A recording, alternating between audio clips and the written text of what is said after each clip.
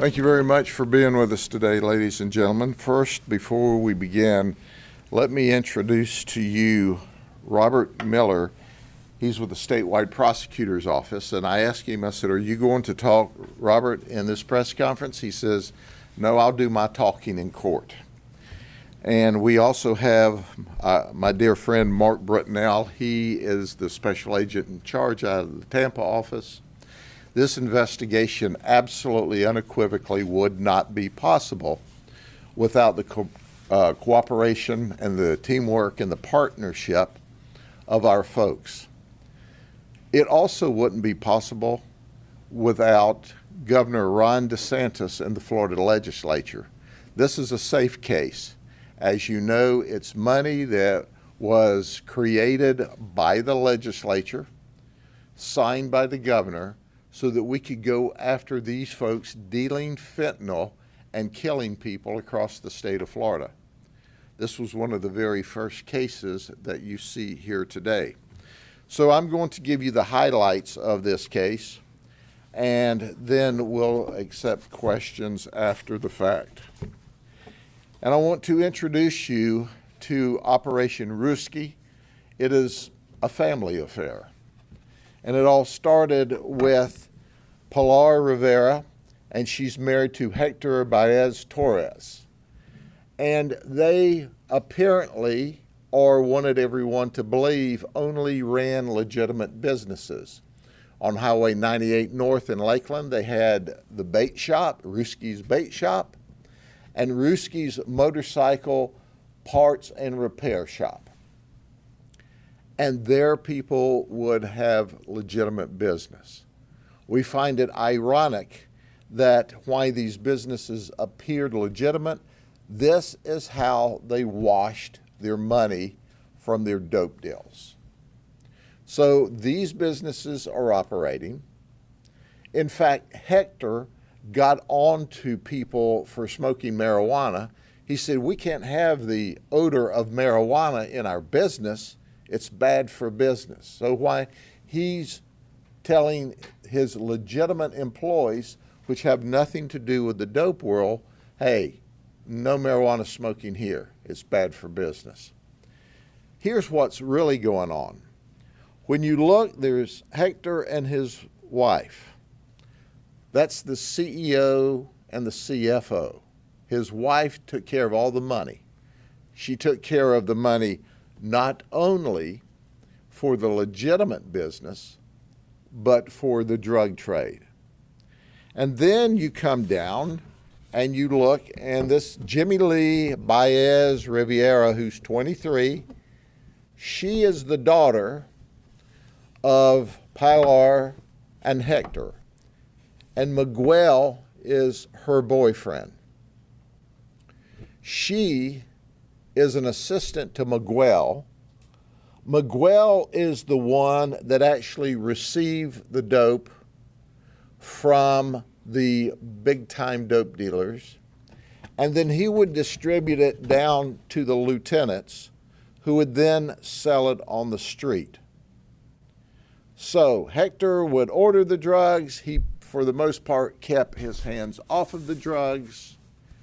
However, Miguel would be the one who made sure the drugs got to this level. Everyone boxed in red here is charged with racketeering. So when the investigation began, we thought, well, heck, we've got street-level drug dealing. We were buying fentanyl. Do you see this? I mean, what else do you put in a Ziploc bag? Yeah, that's right, a commercial Ziploc bag this size. So this is about 0.2 of a gram of flour that's to imitate 0.2 of a gram of fentanyl. And these are the people they're selling to. This was totally a street operation. So we started this investigation arresting people that were buying drugs from their dealers and distributors. We saw these folks They were also entrepreneurs. Many of them would buy 5 bags for $25, maybe 10 bags, and then they would use part of it and sell part of it. So even though they were paying $5 a bag, they would sell it for a profit, at least enough to pay for their drug deal. So when we started this in January 12th, 2021, we were working the street, and all of a sudden, our detective said, "Oh my gosh, these folks are cranking out 500 to 1,000 bags of this a day in Lakeland from this one operation." So they needed to go further. So we set up wiretaps or communication interceptions through warrants. We saw that this immediately went across county lines. We were already working this investigation with FDLE and the safe money, and we always need our statewide prosecutor. Ashley Moody is the best, and she's on this, and she gave us the team of statewide prosecutors. So what did this tell us? It told us, okay, now we figured out that Pilar and Hector are the top of the organization. We defined the hierarchy. We figured out the next level was part of the family affair. We figured out who they were. Then we figured out the operators, and 2 of the operators are boyfriend and girlfriend, Wilma Fuentes and Luis. We also figured out that as these people at this level were arrested, they would quit letting them deal dope. They would distance themselves. We also figured out that because of the intricacies of this operation, our interception of communication solidified our racketeering charges. Now it's interesting. On June the 20th, our folks served a total of 6 search warrants. One was served by FDLE and Osceola. We served the other 5 here. And we seized a lot of things. We seized motorcycles. We wiped out and seized everything from the bait shop because we were able to funnel the money and see it follow back up to be laundered at the legitimate places. We seized guns. Ladies and gentlemen, I say this every time, and I'm going to say it once again, and you'll hear it the next time. People who want you to believe that drugs are low level and nonviolent are either mentally insane or they're flat out lying to you. We see 2 names in red here. This drug killed at least 2 people from fentanyl overdose. Now, we didn't track all of these folks. We arrested a total of 64 people. So we don't know how many others we Narcaned or were Narcaned to save their lives, or how many of these others of just this snapshot, because we quit arresting these street level people because it was putting heat on our ability to move up the chain of command. And then you have the guns.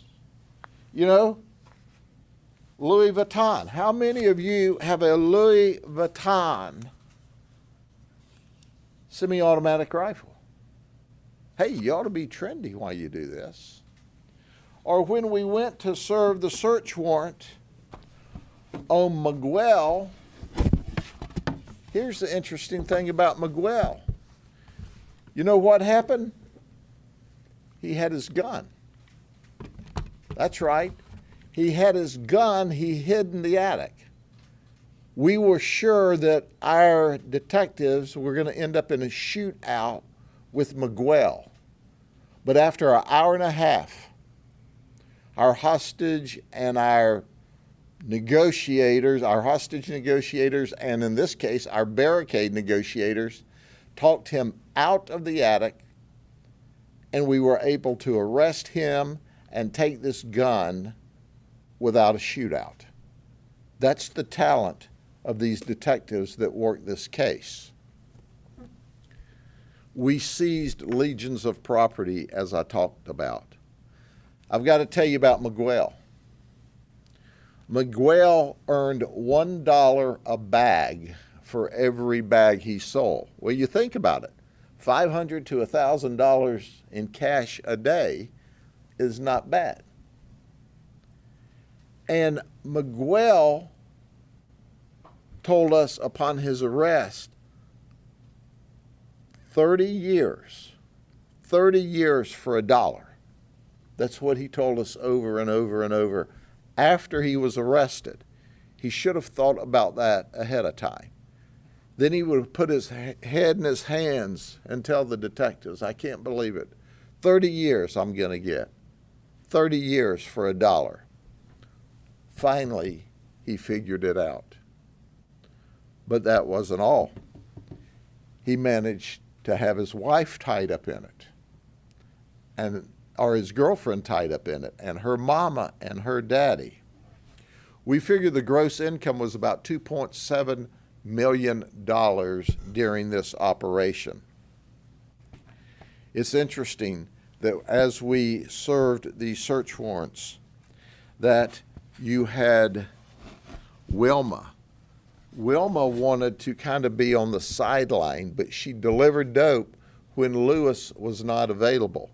Let me tell you what we discovered during the investigation. Lewis didn't miss his meals. Everything stopped while he had a lunch break. Everything. Well, Wilma would deliver the dope when he was on a lunch break. So his lunch got her wrapped up in a racketeering charge. We thought that was humorous. It's interesting that they said that when they were doing the undercover operation, they would see these folks buy 1 bag, 5 bags, 10 bags, resell. Then when their IRS money came, they would be buying 100 bags or 150 bags at a time. So IRS money contributed to the drug running and the drug using and the drug selling on the street level. Now, we could literally talk for a long time about all of the nuances of this case, but I think you've pretty well figured it out. Guns and dope equal violence and death. And why these fools can't figure out the obvious that we all understand is a surprise to me every day. But I want to turn this over once again to my colleague and my friend who is in charge of a great group of agents for FDLE who work with us every day on long-term, big-scale investigations. Thank you, Sheriff. Good morning. On behalf of Commissioner Mark Glass, I'm Mark Brutnell, the Special Agent in charge for FDLE Tampa. I'm honored to be here today to stand alongside Sheriff Judd and our investigative team in the back. You guys did an amazing job on this case. Today's arrest, the Sheriff spoke about, is a SAFE case. The SAFE program, otherwise known as State Assistance for Fentanyl Eradication, was signed into law by Governor DeSantis a year ago, this upcoming Monday, July 1st. Of 2023. The Polk County Sheriff's Office was ready and willing and able to help out in this cause. This case here was the first SAFE case in the state of Florida. It was signed on in July 14th of 2023. And like the majority of our SAFE cases, this was a case that was targeting drug trafficking organizations that were peddling poison to our citizens. So I pulled the numbers for the statewide SAFE initiative for the first year, and they're very, very impressive.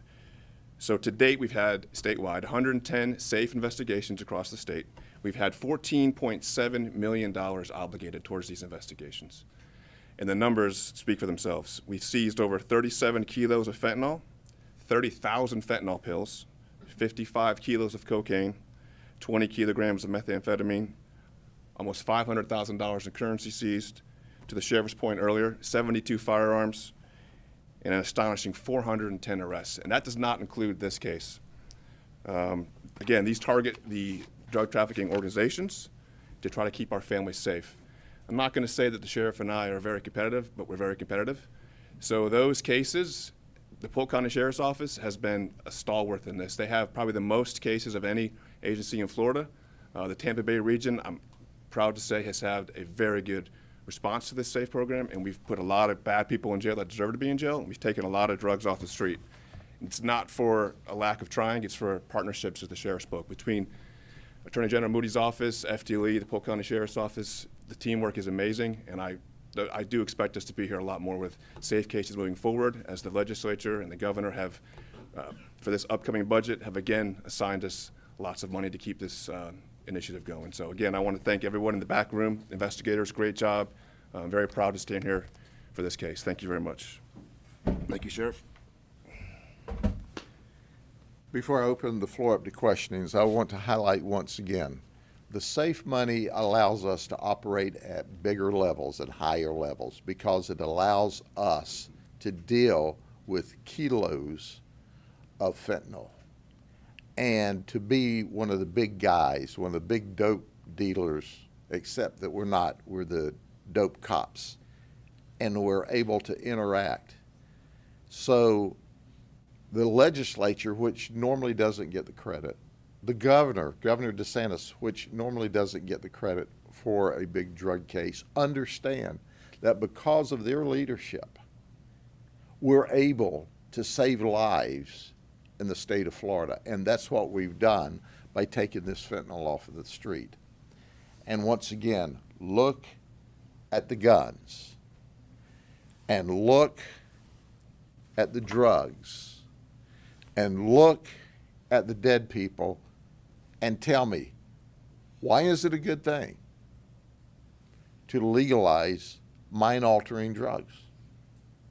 And all across this nation, in Oregon, in California, we've seen them either decriminalize or reduce felonious drug charges to misdemeanors in California, where they don't hold people accountable,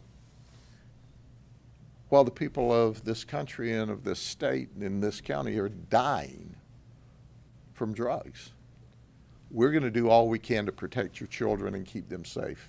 We're going to do all we can to make sure that people don't die as a result of the drug or of the gun. But look at this once again. When you have this kind of gun, we have detectives that are facing this in order to keep this country and this state and this county safe. And they do it every day and every night while you're able to sleep peacefully in your home. Questions? Sheriff, a lot of us know Pilar and her daughter because they were related to that 3-year-old boy who was tragically killed in Lakeland earlier this year. Should we assume, what are your thoughts about any connection between fentanyl trafficking and that shooting? Well, Hector and Pilar are the grandparents of the 3-year-old that was murdered in a shooting in the city of Lakeland. The city police department is investigating that case. That is their other daughter, not this daughter. How did the shooting occur? Guns. Why did the shooting occur? Drug deal gone bad? Death of a 3-year-old baby, a beautiful 3-year-old baby? Guns? Drugs? We've got to understand. You've got to hold people accountable and make them responsible for having guns and selling drugs and moving drugs in the community. Because if it weren't for these people using, these people couldn't sell drugs. But it's already cost Hector and Pilar a beautiful 3-year-old grandchild. But it's not related to this investigation. That was his other daughter And I'm not saying it was not part of their drugs someplace else, but it didn't wrap in this investigation. Is DCF taking custody of any of the children? I'm not sure the current status, but I can assure you of this, that we report to DCF. And there some of the charges. This is why, you know, they just don't pay any attention, okay? They don't think it's going to occur to them, but let me show you this picture once again. If you see Jimmy Lee, who is a beautiful young lady, and Miguel, a sharp-looking young man, you think, oh, that's a nice couple. They had a room dedicated to packaging this. It was the room directly across from the playroom of the 2- and 4-year-old child that they had together. And DCF knows that, and that was reported to DCF when we arrested them. So they are packaging fentanyl that he's wearing a mask for to protect him, and yet that's going on in the room adjacent to where the 2- and 4-year-old children played. You think it's a problem? I know it's a problem. So all those people on the bottom 2 rows were buyers and And- also maybe sellers? Yeah, they were reselling on, some of them were reselling, but they were purchasing to use. And some of them, the entrepreneurs, were purchasing enough to resell so that they could make enough money to pay for their drug habit. Do you know which 2 died? They're in red here. Okay? Sheriff, I was just wondering, where was the fentanyl coming from? Is there ties or connections to another country? Right. Well, obviously, here's this drug supply. But we know that the fentanyl's coming out of Mexico. As we've discussed in our other investigations, it's coming out of Mexico. Sinaloa is where a lot of it's coming from. And it's coming into California. It's being distributed. I had an ABC Los Angeles reporter here 2 or 3 weeks ago talking with me because they're distributing it all over the nation through LAX. And in addition to that, if you watch that 3 series or look it up, nobody's policing for it at LAX. No one. At the end of the day, that's where it's coming from.